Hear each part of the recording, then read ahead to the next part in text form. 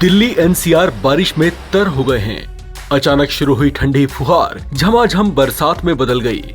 ये ऐसा था जैसे किसी ने जलते हुए गर्म तवे पर ठंडे पानी की फुहारें बरसा दी हों।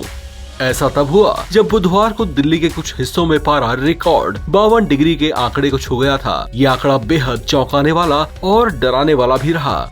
दोपहर के समय बहुत से लोगों ने झुलसा देने वाली हीट वेव का अनुभव भी किया। कलेजों को सुखा देने वाली गर्म लू के थपेड़ों ने राजधानी दिल्ली के जनजीवन को प्रभावित किया। लेकिन अचानक शाम होते होते बादलों का गर्जन शुरू हुआ और देखते ही देखते आकाश से इंद्रदेव ने जल बरसा दिया। मौसम के अचानक बदले मिजाज के कारण दिल्ली और एनसीआर की फिजा खुशनुमा सी हो गई है।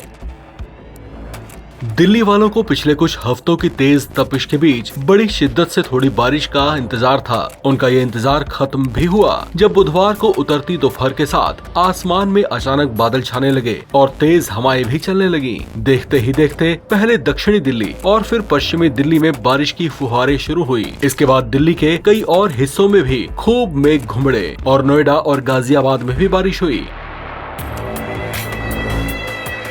ये बरसात भले ही कुछ देर की रही हो, लेकिन ये बेहद तेज तापमान के बीच किसी अमृत वर्षा से कम नहीं थी।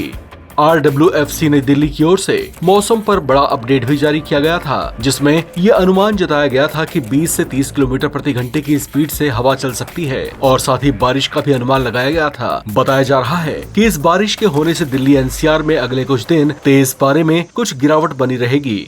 इसे वेस्टर्न डिस्टर्बेंस का असर माना जा रहा है। हालांकि बंगाल की खाड़ी में कुछ दिन पहले उठे चक्रवात रेमल से भी हवाएं प्रभावित रहीं। रेमल चक्रवात के असर की वजह से देश के पूर्वी हिस्सों में भी जोरदार बारिश दर्ज की गई थी।